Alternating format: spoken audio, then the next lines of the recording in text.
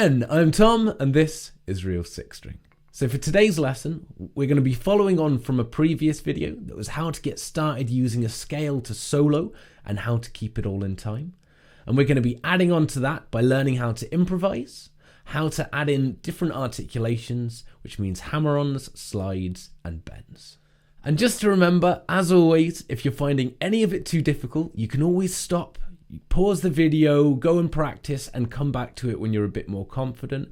There's no point in trying to finish off the entire lesson and not really understand it. So take it at your own pace, and other than that, let's get started. Firstly, just to tie it in to the last one, the format that we're using is 1-2, where we strum on our chords, then 3 and 4 and, where we play our lead line. And that would just sound 1, 2, 3, and 4, and 1. And it goes round again. And we're going to use that exact same format, but now what I want you to do is to improvise as many different options as you can. So I'm going to show you a few different ideas, and then I want you to pause the video, have a go yourself at making some up, because this will really help you connect with what you're doing. So a couple of ideas that I'm going to show you. Instead of the first one that we started with, we're instead of playing the open second string at the end, just going to play the first string. So we would do the 3rd fret on your first string, then the open string, then the 3rd fret on your second string, but then to finish this time instead, we're going to go back up to the open first string. So that's another reiteration from the last video. And also, we can flip that original one upside down. So all we got to do is play the open second string, then the 3rd fret on that, then the open first string, and then the 3rd fret on that one as well. So there's very little difference. We're just flipping it upside down. It can be a huge change from the one before. It can be a smaller change. So the point of this exercise is to try and stay in time and keep it moving. Because if I play the same one, even moving between different strings,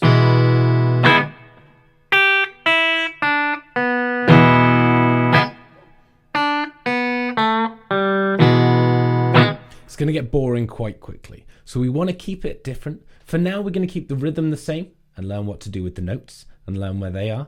But as we move forward, we can mix up every different aspect. So if we're listening to this,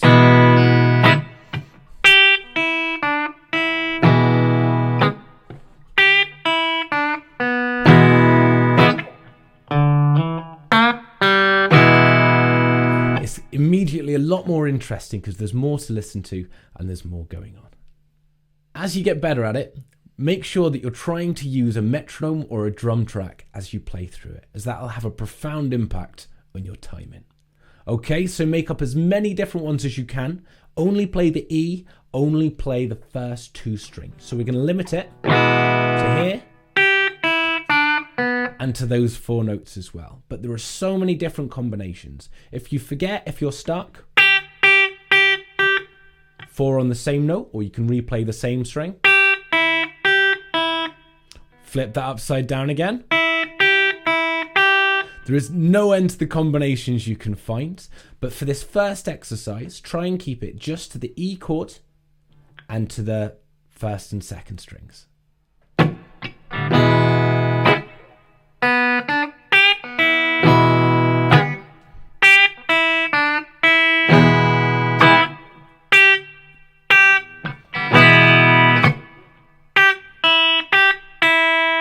Okay, so always try and keep it going. And if you hit a wrong note,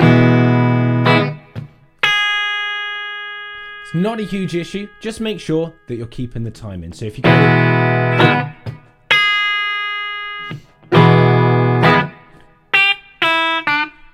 it's very easily forgotten. Whereas if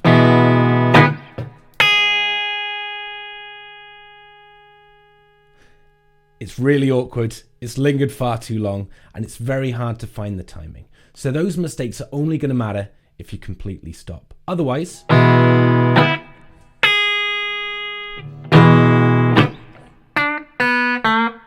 it's very easily forgotten as you move on. What we're focusing on here is the improvisation, which means that we're just trying to teach the muscle memory in our hands where all the notes are and to react a lot more quickly than if we have to think about every single note we're playing. Within this scale, there are no wrong notes. So it means try and mix it up, try and find your own pathways, try and make it suit you. Because you can write a lot of ideas, find a lot of different ways to improvise around it from a very small group of notes. And once you're more comfortable with it, try and then add it into the last thing we did last time. So rather than just seeing it as a set of 2 strings, you can see it as an entire scale. So you can start to see it first off as a mixture of these 2, so strings 1 and 2, then strings 3 and 4. But now you can see it as strings 1 and 2, 2 and 3, 3 and 4. Okay, that's your next step. And then after that, you can mix up any of them. First step, keep it simple on the first 2 strings. Second step, start to see it and move around a little more.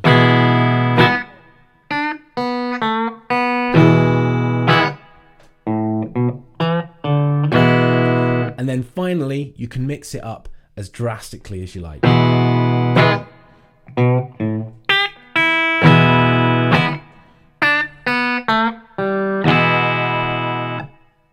Once you're comfortable moving between all of the strings and improvising between them, you're more than ready to add in a few articulations.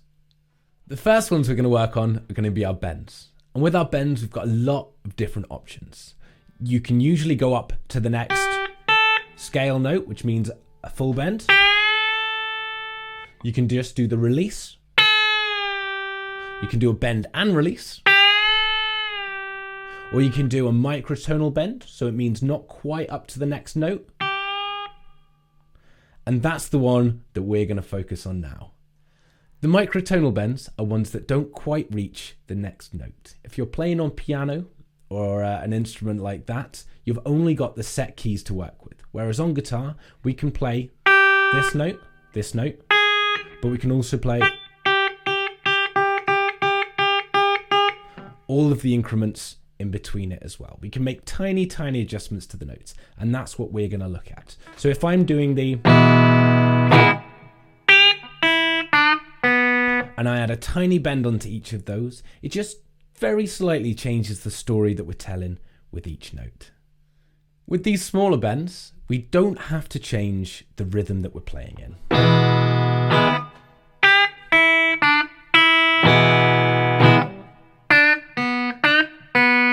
It's a much easier way to not mix up too much of what we're doing. So with that, we just want to make the tiny, tiny bend, which means stack up the rest of your fingers on the frets before and use them to really grip onto the string. And then you want to use your arm and your wrist there to get the bend as well. You can bend them without, but they're not consistent, they're not strong, and you're not going to be able to get them to where you want them to be. So any of these notes are bendable.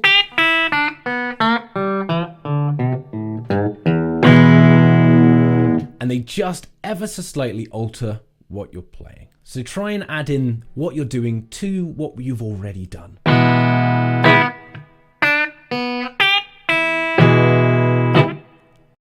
There are 2 main ways to use these bends. So the first one, if you hold them for their full note length,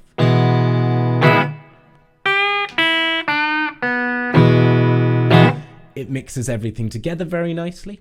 Whereas if you use them as staccato, which means to play them really short and detached, all you're doing is cutting them off before you move on to the next note. So it's going to sound a little jumpier, but that's going to give you a lurch, give you a jump towards the next notes, which really drives the song forward. So that's just going to sound like...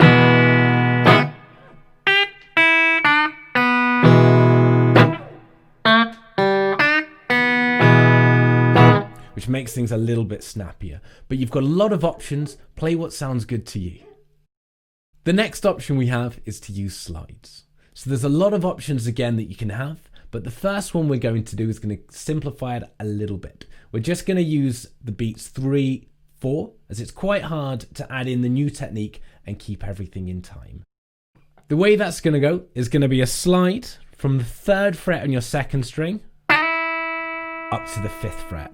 And on the beat 3, so you want to be like 1, 2, 3. You want that one to hit or land on beat 3 instead of the first one, because that's just going to mess up the timing to begin with. Okay, so because when we reach the 5th fret here, the 2nd string and the 1st string sound the same.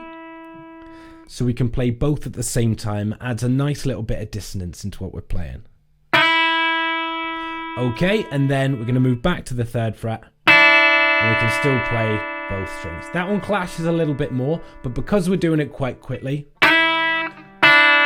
it works really well. The next example I have is going to follow on very closely from what we've done. We're going to do the same 2 strums, and then the next bit, we're going to do that same slide from the 3rd fret up to the 5th fret, playing the 2nd and 1st strings. That's just the 3rd fret there on the 2nd string, and you're playing the open 1st string. As you slide up, then you'll bring in another finger here to the 3rd fret on your 1st string. Then once again, we're going to do a bend. So you want to line up all of these fingers. You're going to do a bend and a release, and then a pull off back to the 3rd fret. So that's your bend, release, and a pull off back to the 3rd fret. So to hear that so far, we've got the slide, and then we're going to finish off landing on the 5th fret there on the 2nd string. So to hear that one through, we're just going to have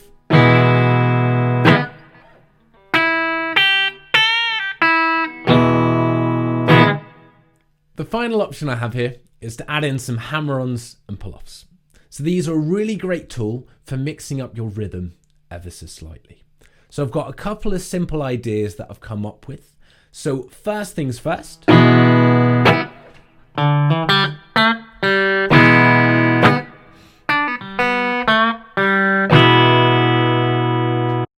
These ones are a short step on from the ones we learned originally, but we're now changing the rhythm really, really easily. So the example here that we've got,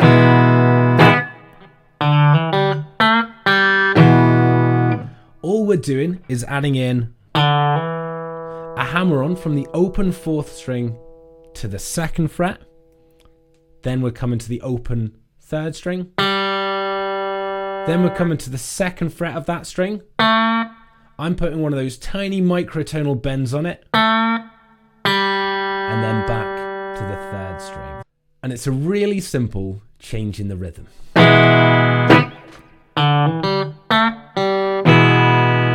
And it can just add a little bit more interest in there. And for an example of a pull-off, I'm going to start here on the 2nd string.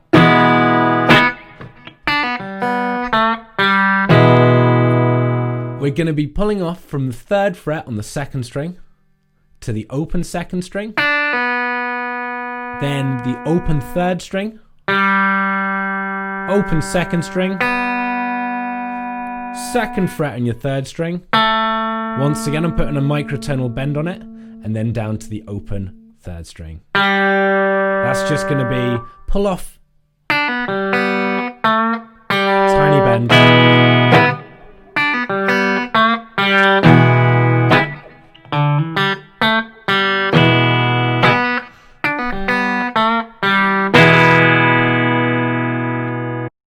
and that for today is our entire video.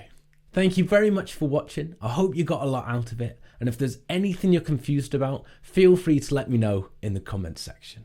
Other than that, I had a great time making the video. It gave me a great chance to delve into the subject, find a few new ways of teaching it and a new way of understanding it. Thank you very much.